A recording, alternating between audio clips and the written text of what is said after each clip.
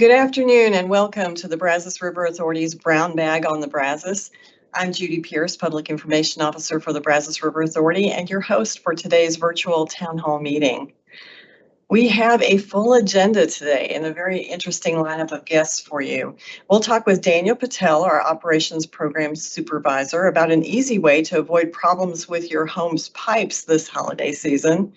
And then we'll learn a bit about how our field operations team works to ensure that the water quality and habitat of the Brazos River Basin from Jeremy Nicolai. We'll hear a bit about what water concerns our state legislature will consider when they begin meeting in January from our Deputy General Manager, Matt Phillips. And we'll learn where we are with water supply and as we move forward into the winter months from our Water Services Manager, Aaron Abel. And then, as always, we'll answer your questions at the end of our presentation if we have any time left over. So before we get into it, let's jump in and talk a little bit about housekeeping before we have our first guest. Part of the purpose of our being here today is to allow you to ask questions of the BRA. So at any time during our presentation, you can ask a question by typing it into the chat function. You'll find that icon in the upper right-hand corner of the screen. And if we don't get to your question, you can email it to us at information@brazos.org, and we'll respond to you in writing. All right, so it's my pleasure to welcome Daniel to his first time at the Brown Bag on the Brazos. Thanksgiving is behind us and the Christmas holidays are just ahead. And hopefully everyone in our audience has come through this first part of the holiday season without having any issues with their pipes. And we're not talking about freezing pipes. We're talking about being clogged by something called fats, oils, and grease, or fog. So Daniel, tell us, what's fog? Sure. Yeah. Thank you, Judy. So fog is an acronym in the wastewater industry that is fats, oils, and grease. And fog are pollutants that usually enter a sewer system through various sources like kitchens, restaurants, food processing facilities, that kind of thing. Okay, so what we're seeing there in the pictures is like a cooking pan with grease in it. So when you're frying up ground beef and you have a lot of grease left in the pan, and a lot of people just put that down the drain and don't realize that it could be a problem. So is it also other things besides grease from the pan like that? We're seeing a picture of kind of some congealed butter up there. But what about other things like mayonnaise or other types of grease? Do they do the same thing? Oh, absolutely. So domestic sanitary sewer issues or your local sewer system fog issues are usually generated from animal fats, vegetable fats, cooking oils, butters, lard, meat scraps, dairy products, and other various sources. And specifically, that's the residential or your local household issue with fats, oils, and grease. Industrial fog issues can generate from food processing facilities, certain industrial manufacturing processes, and even auto repair centers potentially. Okay. So does it make a difference if when you're putting something like that down the drain, if you run the water at the same time, or does it kind of wash it through? I wish. So sadly, no, it does not. Fog should never be poured down the sink, drains, or toilets. Even when you dilute or flush with water, you're just sending that problem downstream, into your sanitary sewer system or to your local wastewater plant. Common practice is to pour those cooled fog wastes into a covered disposable container or soak it up with some type of absorbent material like paper towels or kitty litter, and then collect all that, throw that into your garbage for solid waste collection and disposal. Okay. So I've actually heard that the day after Thanksgiving is one of those days that a lot of people end up having clogged drains because during the holidays, you're cooking bigger meals that involve a lot of grease, such as deep fried turkey, that type of thing. So is that something to consider during the holidays? Is it more prevalent during the holidays? Oh, absolutely. Where you're going to have more food preparations for the holiday season, it's going to lead to more fog generated by households. It's just important to remember to be proactive, use those proper disposal methods. To be quite honest, especially given that it's holiday season, it won't be fun or festive if you have to deal with problems with clogs with your household piping. I can just imagine.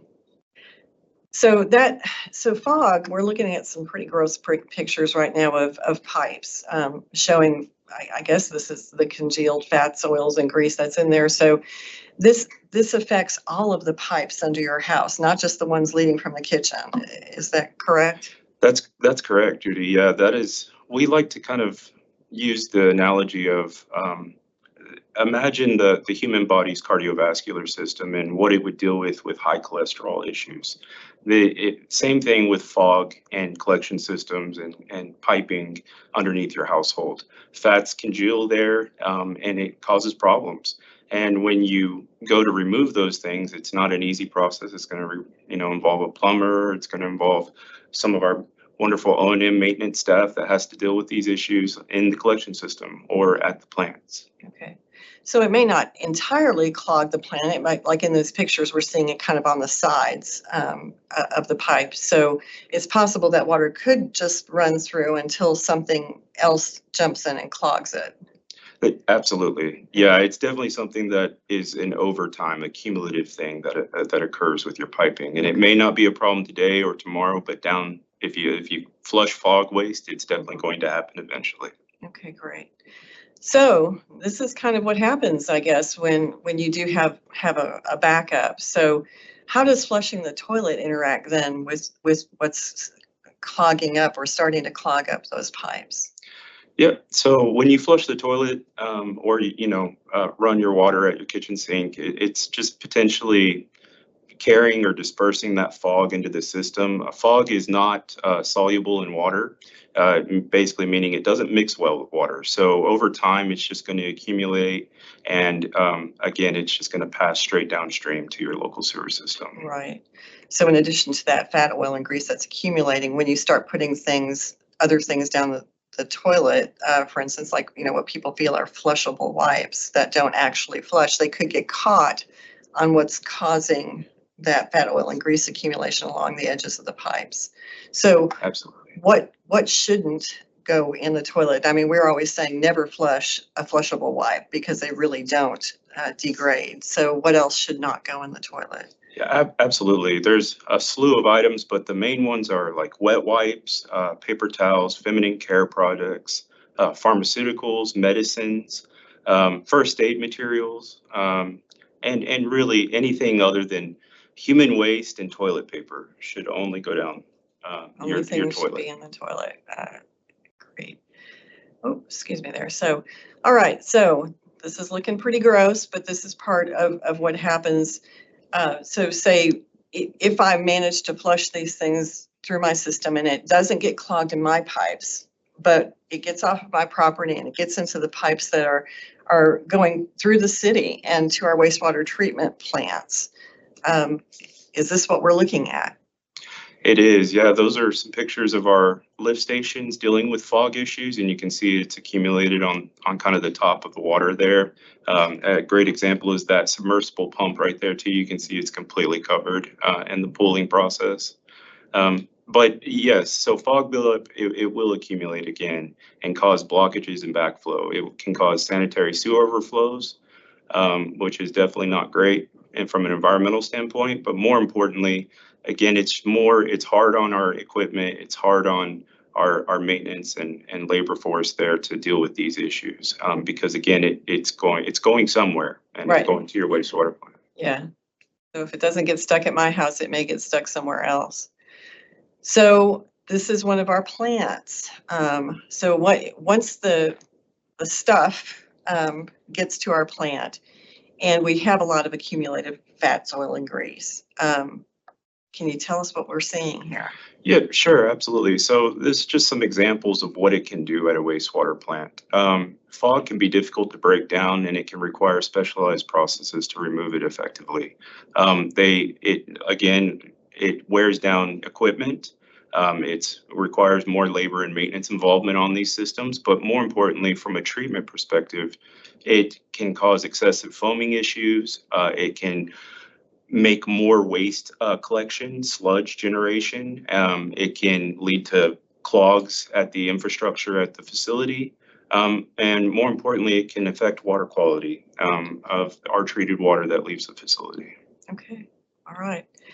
Good reason to be very careful, because it could not only save you money by not dumping that grease down the sink, but it certainly would save the wastewater plant money and not having to unclog these things that, those fees just end up getting passed on to the consumer for extra equipment and replacement. So great information.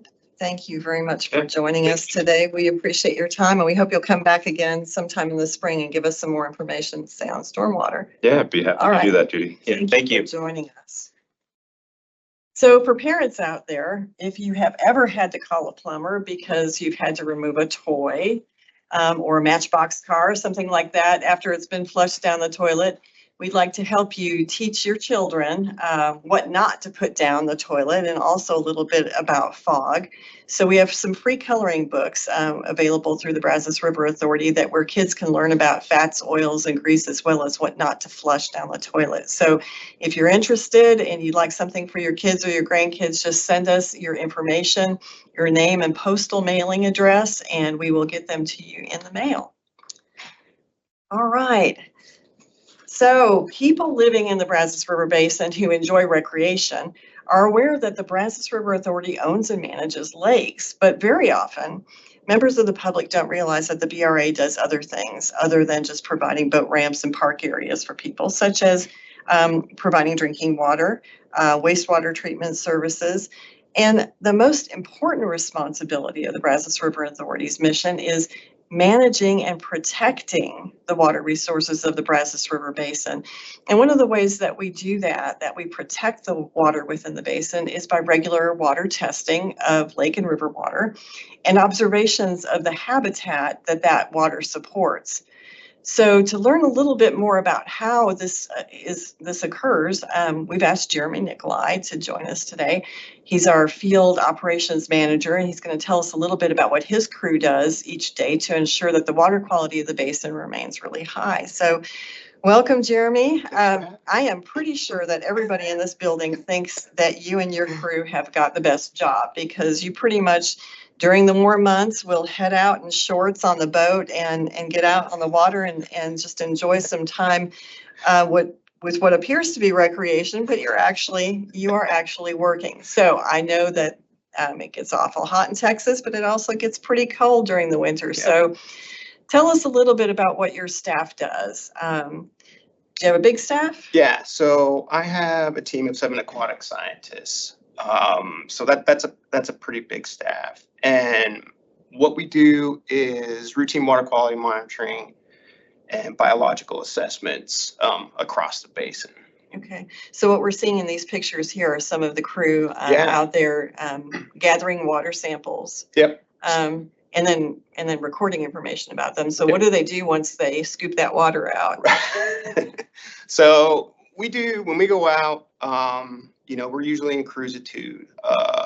We're usually on a stream or a lake for our routine stuff. We collect the water samples, like you said, and that's basically, filling bottles of water up.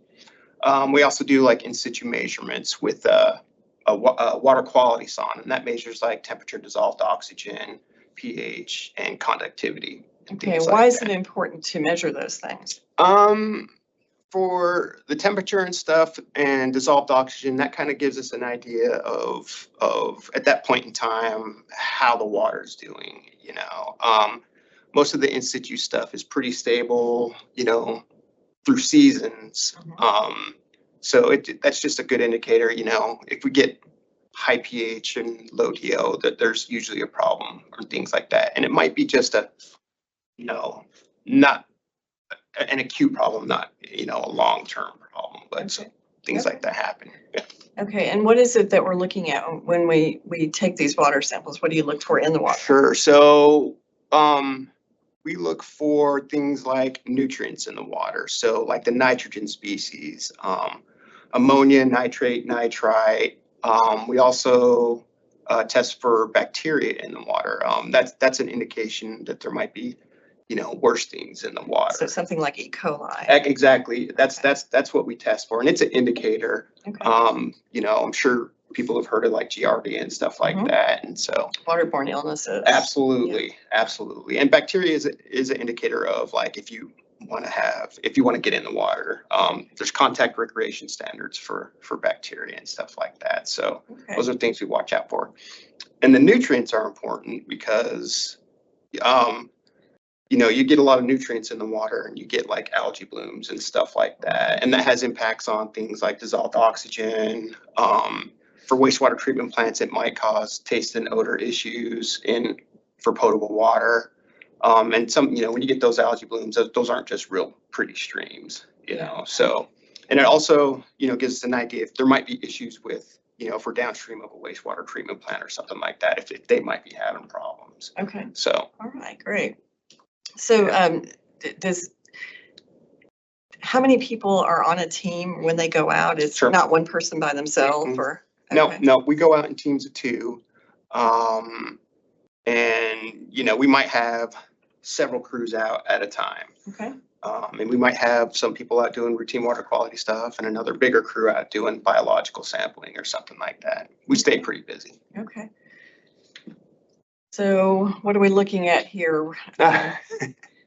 So a lot of our sites that we do our routine water quality monitoring on for streams are near like bridge crossings and stuff like that because the access is easy. Right. And, we sample all across the basin. So it's interesting, so that one on the right is from our site just below the dam at Possum Kingdom. And then further downstream, that the photo on the left is from our site in Richmond, Texas, so that's a highly urbanized, suburbanized area, that's a very busy street so we have to put out signs and flashing lights on our trucks. So, it's for safety reasons. So most of the Brazos River or the property that runs with the Brazos River is privately owned. So it must be difficult to find places that you can go out and sample. So this is just one of those possibilities that's right off of a bridge. Yeah, and that's just, and it's easy access, and so it's just, more than anything, it's just easy access. Okay. So I see this is a picture of our basin. Mm-hmm. So tell us what we're seeing here. I mean, are these the places that you? Yeah, so these are our routine water quality monitoring sites. And you can see that we span the basin pretty much. If there's not a red dot there, that doesn't mean sampling doesn't happen there. It's just not us that's doing it. Okay. So, we work, TCEQ also does routine water quality monitoring. And so they sample the areas that you don't see the red dots on. So how often do you visit each of these little red dots? It depends. So we have sites that we visit monthly, sites that we visit quarterly, and there's a couple sites out there that we'll do twice a year. Was that semi-annually, biannually? I don't remember. I get confused on that one. But so twice a year is the minimum that we'll do it. Okay, great. And then obviously you do some other things besides just taking water samples. Yep. So these are biological sampling. Right. So tell us about what you're doing here and why you do it. Yeah, no, this is the fun part of our job. When we get out there and start catching fish, we use a couple of different methods, electrofishing and seining. What we're doing here is we're taking a little snapshot based on like the biological assemblage that's there. And the assemblage is like what species are there and what number of different species are there. And I could talk for days about this, but I'll keep it short.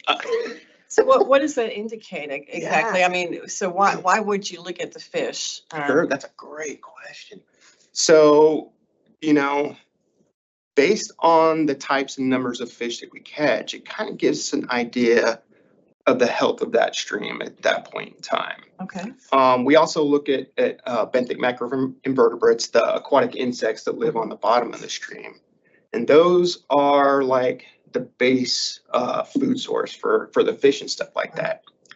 So, and they're a really good indicator of stream health because that's the bottom of the food chain. Right. And if you start losing bugs, you're going to start losing fish.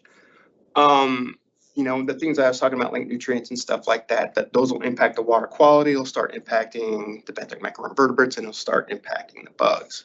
There's also some other things, like disturbances. A big thing that we see a lot is like development around some of our streams. So that increases turbidity. A lot of sediment coming into the stream, and it will cover up the bottom of the stream, like cover up cobble and stuff like that. So we might see a change in the types of fish because of how they operate in that environment. So I'm talking about like fish that eat bugs might disappear if the bugs go away, and then you get like more tolerant species versus intolerant species. Okay. So once you do studies such as these, if you come up with something at one of these places that it appears that, it's going downhill or there's some real issues, what then becomes of that information? Yeah. So, we do based on, we don't make any decisions, Right. Our the data we collect on stuff like this and our water quality data gets sent to TCEQ. Texas Commission on Environmental Yeah. Quality. Okay. And they don't look like at a single event, So we go back to sites several times doing biological assessments over periods of time. And that's when you can start to see changes if there are changes. Okay. So, TCEQ does what's called an integrated report where the data that we collect, they do an assessment on it. So they look at all the parameters like the nitrogen species that I talked about. And if we've done biology, they'll look at if the biology is meeting aquatic life use in these streams. And so, they look at that stuff and then, decide if it's good or bad, basically. And if it's bad, it goes on the 303D list. So that's like the naughty water list. Like it's not meeting like a specific criteria. Okay, so they would identify areas that need to have some type of work or change done to make sure that environment comes back. Yeah. Okay. All right, good to know. So at the end of the day, after they've collected the water samples and the microinvertebrates and bring them back, what happens then? So we usually handle the macroinvertebrates and the fish if we bring fish back. We have folks that identify, that work for me that identify those. Good group. For our routine water quality monitoring, we have an in-house lab that we bring our samples back to. So I'm not super lab guy, but I mean, they got a bunch of equipment and stuff, and they like pour things into things and so make explosions. These are dedicated people. Yeah. That go in and do the analysis of what your crew brings back. Yep, right? absolutely. Okay. All right. Good deal. And this is obviously a grip and grin from our field team.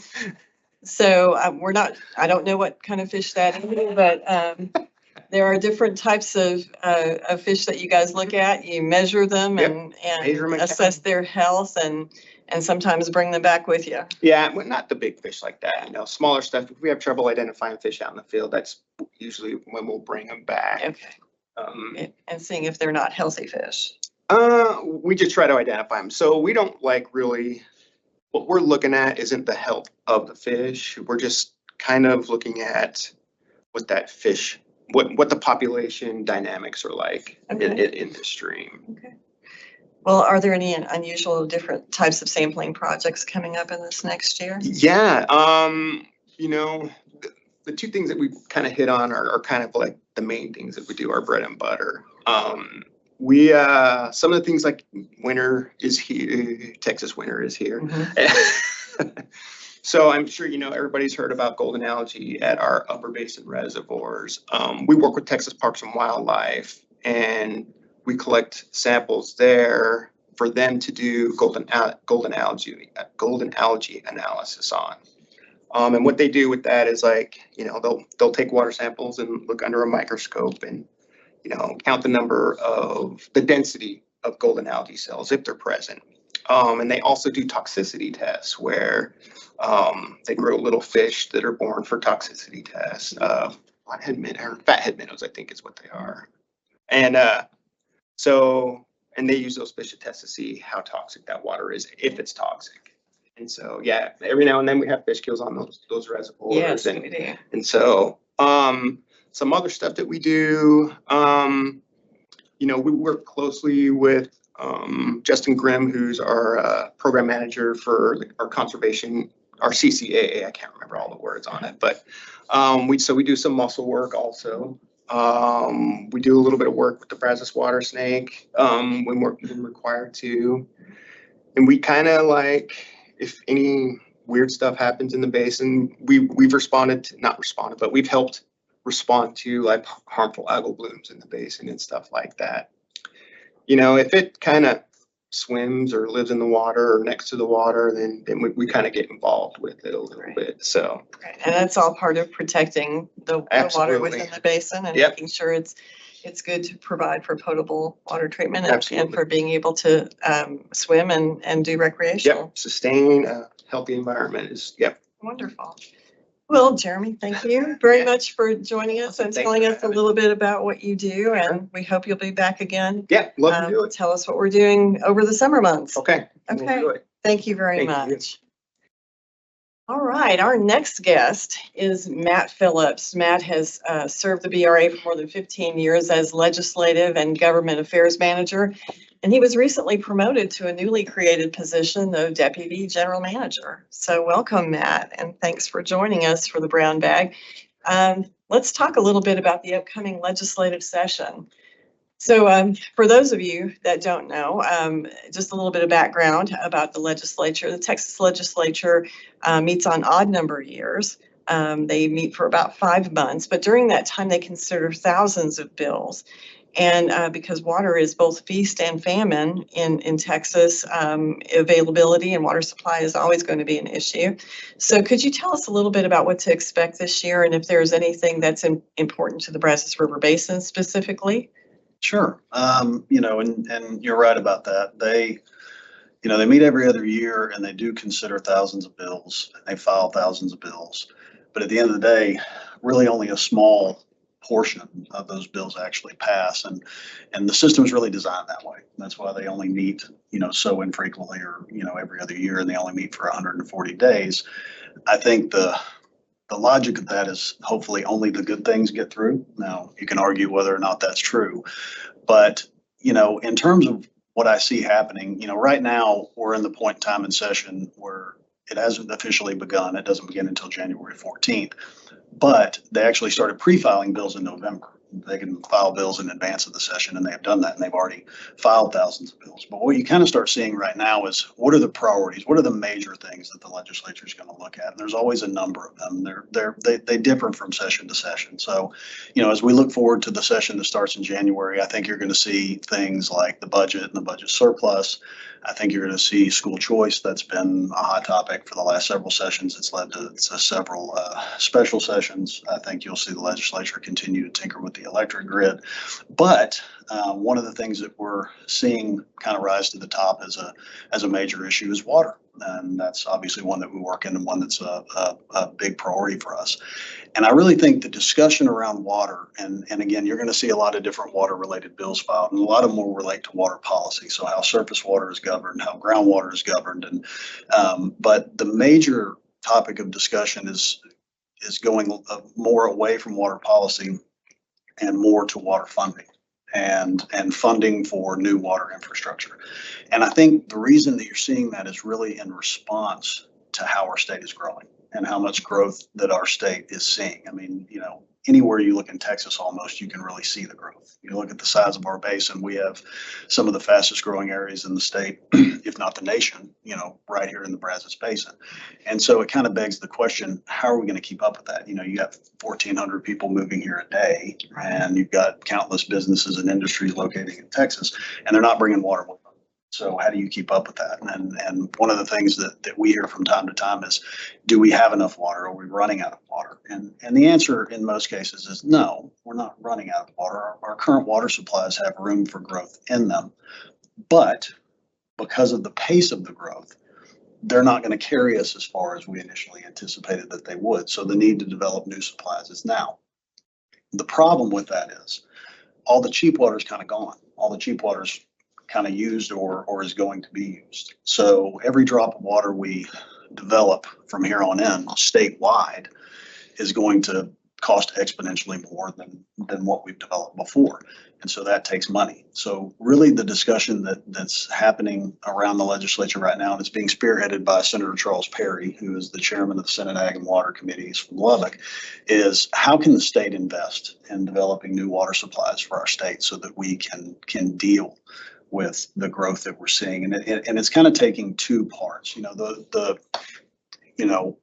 how much funding can the legislature, out of the money that they have available to them, supply to water infrastructure funding? And the way that they typically do that is to provide money to the Water Development Board that has funding programs, whether it's low interest loans or grants that go to entities like us or cities or smaller utilities. So how much money will they have this session to make a big state investment in water supply and water supply funding so that we can develop new water supplies to deal with all of this growth? But then the second part of it is a little bit new, and that is, can we create a dedicated revenue source for water? You know, for in years past, the way that the legislature has funded water supply is kind of every now and again or sporadically. Every other session or every, third session, they'll look and say, hey, we probably need to put some money toward water supply. This past session, they dedicated $1 billion toward water supply, and it ended up in a constitutional amendment which went to the voters, which the voters approved. And $1 billion sounds like a lot, and it is a lot of money. But if you look at the fact that some of these larger water supply projects where there's a single project that by itself could cost $1 billion, it ends up being kind of a drop in a very large bucket. So can the state do more? And then can they create a dedicated funding source for water, kind of like we fund roads, where every session there will always be money allocated to water supply? And what form that will take will be the discussion that the legislature will have this session. Will it be some portion of the sales tax on certain items? Will it be some dedicated amount in the budget that every session goes towards water? So I think that is probably the biggest water discussion, and that's not specific to the Brazos Basin. That's a statewide issue, and it's something that can help every basin. It's something that we support.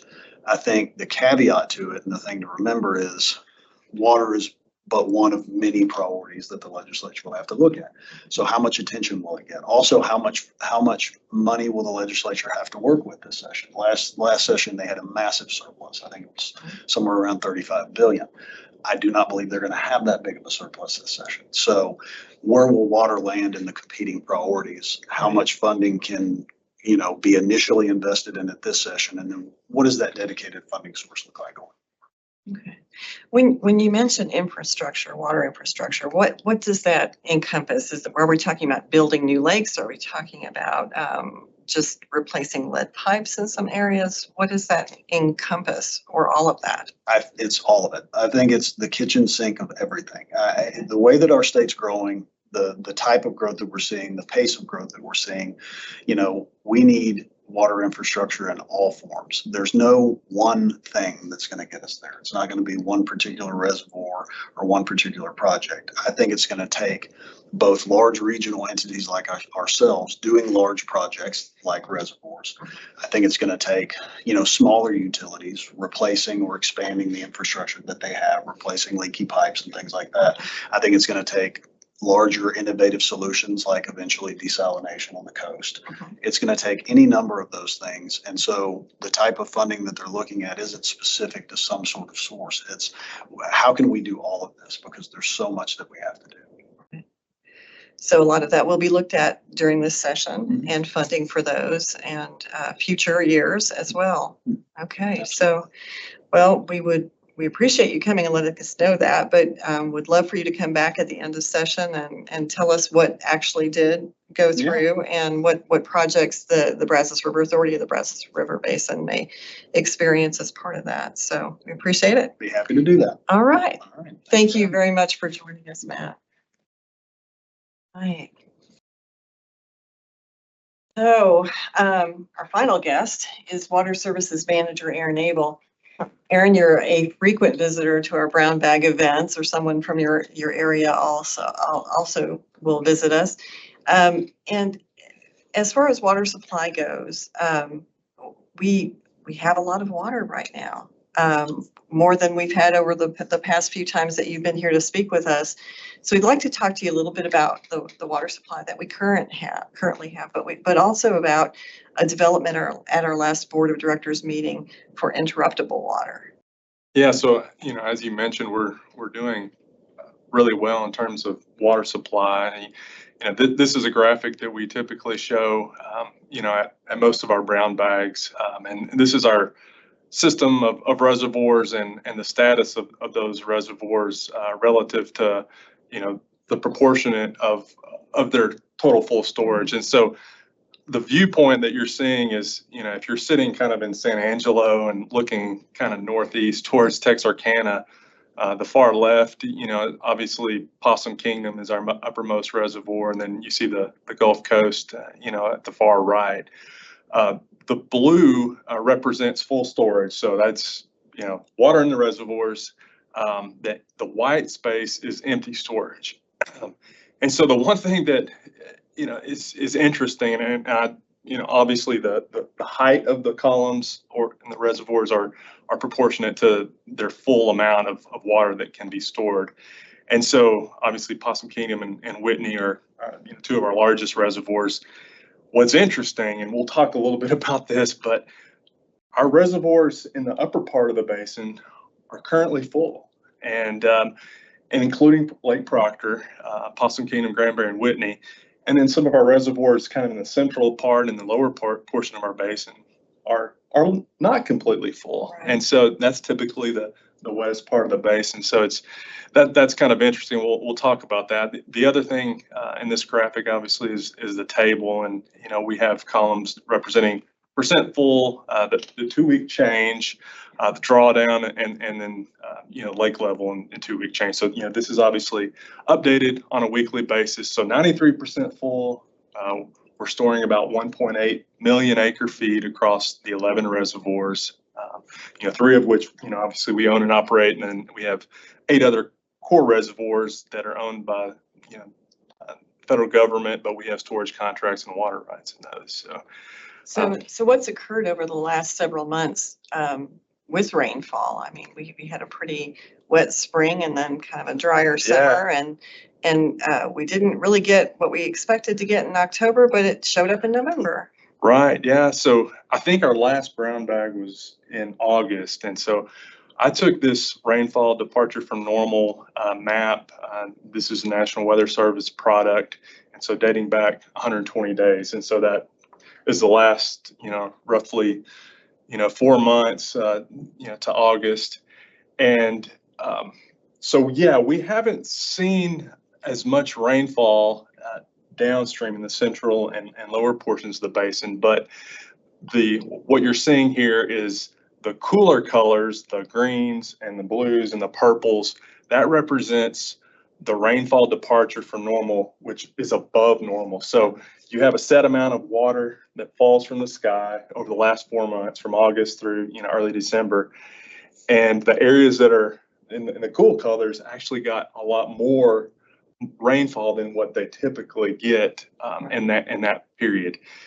So if you move that further downstream, and you can see, and I can kind of use my pointer here, you can see Galveston down here in the lower right, the Brazos River. You see College Station, Waco, and then all the way up to Abilene. So that's the Brazos River, and portions around Abilene, along the I-20 corridor, kind of obviously west of Fort Worth, saw a significant amount of rain. Mm-hmm. And it's really in 2 different events, in September and then again here in November. Right. And so we saw anywhere from 6 to 16 inches of rainfall above normal. So some of those areas got their full amount of rain, what they typically get in 1 year, in these last 4 months. And Wow. obviously for the Proctor area, the Upper Leon watershed, that was a very dry area, and will continue to be so. But we actually filled up as far as Proctor. Had been low for 3 years. For 3 years since the latter part of 2021. So the thing about the central and lower basin being below normal, we're seeing 8 to 12 inches of less rain than what normally falls. Really? So it's kind of a weird dichotomy, because you have what's the arid part of the basin received a lot more rain Right. than part of the basin that typically gets a lot towards the coast. So if we go to the next slide, this is the same kind of map, but just looking over the last 30 days. And I mentioned the upper basin rainfall that occurred kind of in the first part of November. Again, the same areas that saw significant rain in September saw significant rain in the early part of November. And, some places got, 5 to 8 inches of rain that fell. And, Lake Proctor was impounding water in its flood control pool. And then obviously we saw runoff stimulated upstream of Possum Kingdom. We had some small releases out of Possum Kingdom that filled Lake Granbury and then filled Lake Whitney. And so Lake Whitney and the Corps of Engineers is actively making some small releases out of Lake Whitney. But again, the last 30 days we've been kind of dry, in the central and lower portions of the basin. And oddly enough, October in a lot of the central and lower portions of the basin was the driest October on record, dating back, to the late 1800s. So it was pretty significant. And, from a statewide perspective, that was the case as well. So what do we expect then for the winter and the spring then? Yeah, that's a good question. And, one thing that we look at is the El Nino Southern Oscillation. And this is a chart that comes out that is produced pretty regularly. And it depicts the sea surface temperature anomaly. So, NOAA, they have sea surface temperature probes floating out in the ocean, and they monitor that. And so we have, certain probes that we know that, okay, the average temperature should be this at this time of year. The cooler colors represent cooler than normal sea surface temperatures. And typically in that equatorial region, the area that is in the black oval, if those sea surface temperatures are below normal, that typically means a La Nina phase, which what happens typically is the jet stream or the storm track actually gets moved northward of the southern tier of the U.S., including Texas, and we miss those winter rains that sometimes we'll get. And that occurs during El Nino? And that occurs during La Nina. La Nina. So La Nina is the cool and El Nino is the warm. Okay. And El Nino typically, means more rainfall for right now we're in neutral conditions. Now it does show, we're cooler than normal, but we haven't made it to that point where they've issued a La Nina. But I will say the storm track to a certain degree is kind of acting like La Nina. La Nina, El Nino, that typically transitions sometime in the winter. Okay. And we are here at the winter, but they haven't formally, said that we're in a La Nina. So we'll see what happens, or the time is running out for the ocean to cool down to a point where maybe there is a La Nina. But, if we can stay in neutral conditions, I'll show you what the longer term and, what we're showing as far as the outlook is concerned. But, as far as the NOAA December outlook, the graphic on the left is the precipitation outlook just for December. And the green areas are probability of above normal precipitation. And then the oranges and the tans are probability of precipitation below normal. So So obviously, that area that was dry may actually get some rain. and oddly enough, we're expected to get some rainfall this weekend. So we'll see. As far as temperature goes, it's showing, NOAA is showing, above normal probability for above normal temperatures. That's not to say that at some point, and we have a 3-month outlook that is similar to that, we can talk about as well. And so, people actually do get out on the river and enjoy recreation, excuse me, during the winter months. And so, what if anything can they expect over the next few months? Yeah, so with the possibility of this La Nina situation, which, may mean less rainfall. I mean, we typically don't get that much rainfall in the winter right. anyway, but the 3-month outlook, going out to the end of February, as far as NOAA, shows below normal rainfall, for precipitation and above normal chances for above normal temperature. That being said, we're in Texas, and we know that there's, sometimes we have periodic cold outbreaks. And so this is just more of a long-term, from the longer term perspective, it may be, they're showing, possibly above normal, as far as temperature goes. Okay. And then, looking at the seasonal drought outlook, we typically show this, and this is produced monthly by the National Weather Service and NOAA, but it just shows a tendency of, drought, dating going forward to the end of February. And so, with that, outlook of below normal, precipitation, that kind of translates to the persistence of drought. And, we're not really in drought conditions from a water supply, Sure. but the soil moisture, agricultural pasture lands, those are, areas that are experiencing some dry and drought. So, we'll see what happens, but, it does look like, at least It's going to be dry. it could be dry, over the winter, but that doesn't really mean anything because we typically don't get much rainfall in the winter as it is. Right, right. Well, from a recreational point of view, though, that also means that without rain, we probably won't be opening gates anywhere. And we'll just be seeing lower flows on the rivers in general. Yeah. Okay. I mean, potentially there's definitely in the central and lower portions of the basin, we're seeing below normal flows at this time.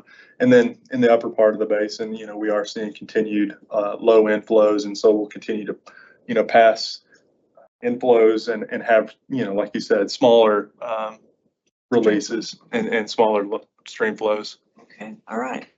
Well, at our last board meeting before Thanksgiving, the board voted to make some interruptible water available.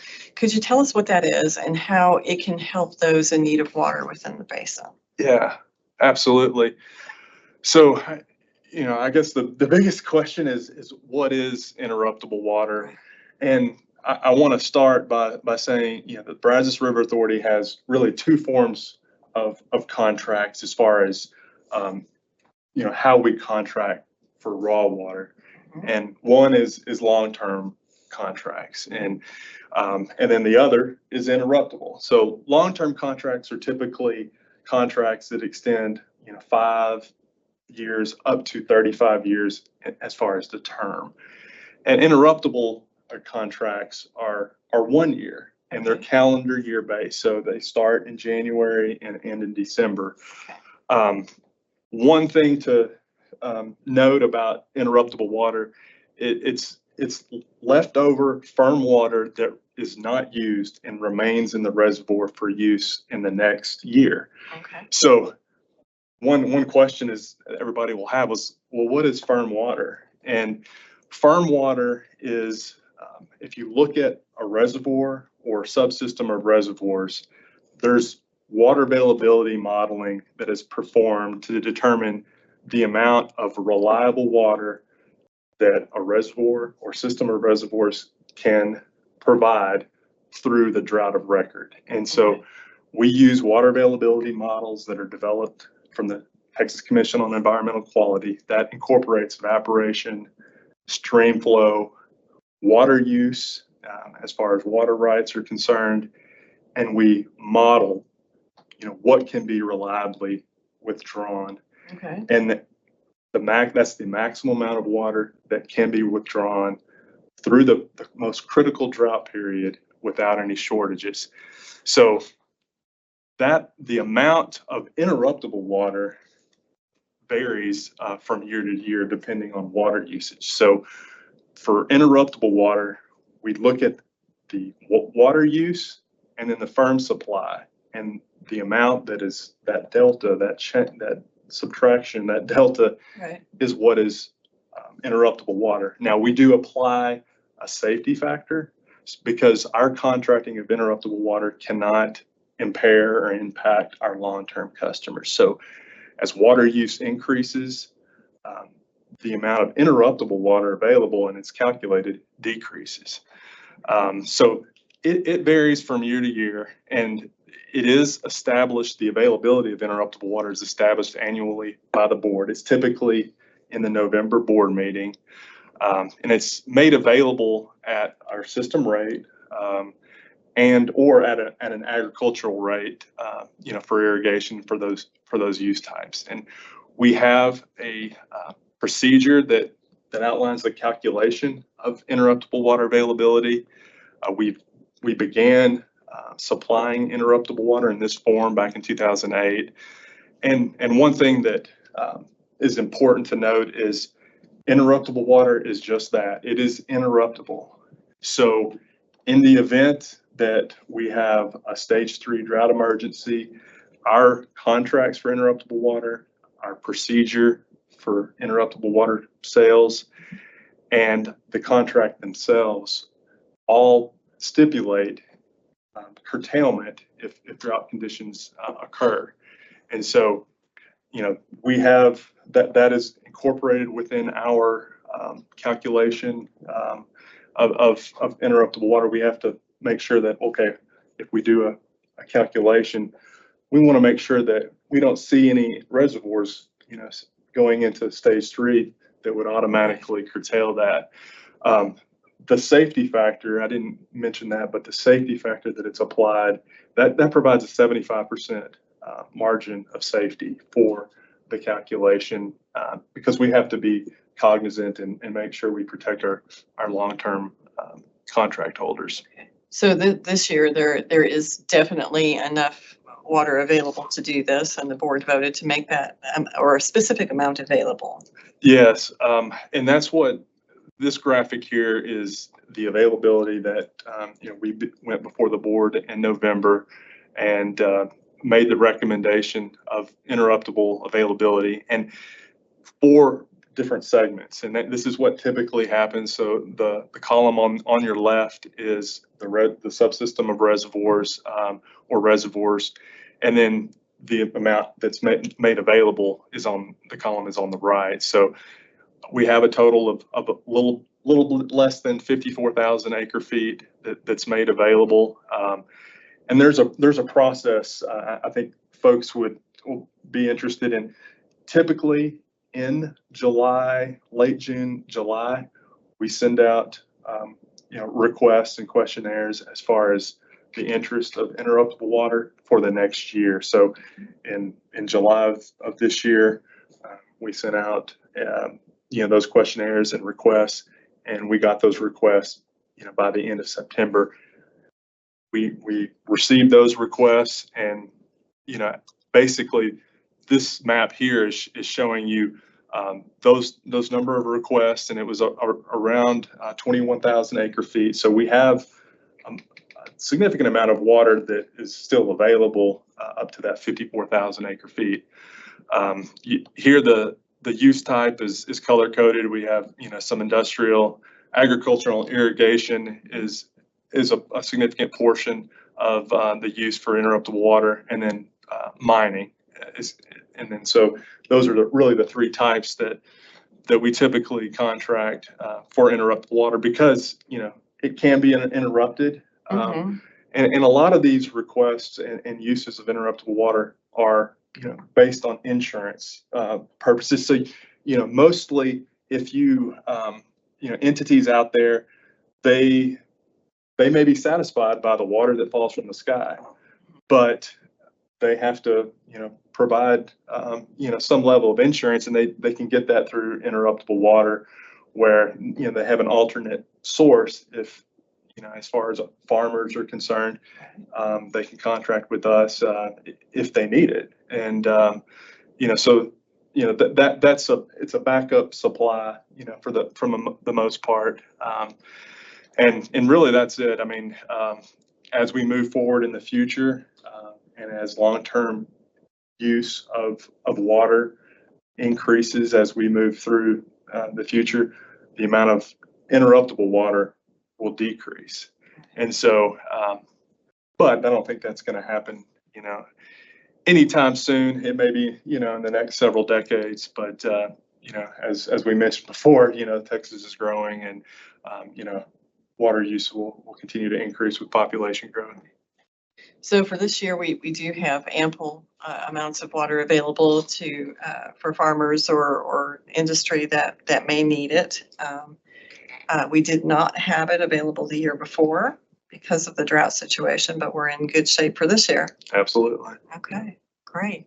And we have information, at brazos.org concerning contracting, Okay. if anybody's interested. So if people are interested in having a bit of an insurance policy there, it's available to them this year. Okay, great. Well, thank you so much for the update. We appreciate it. Hopefully we'll have you back again after the next board meeting in February for our next brown bag. I'm not able to tell from here whether or not we have any questions. Did we receive any questions this time? No, we did not.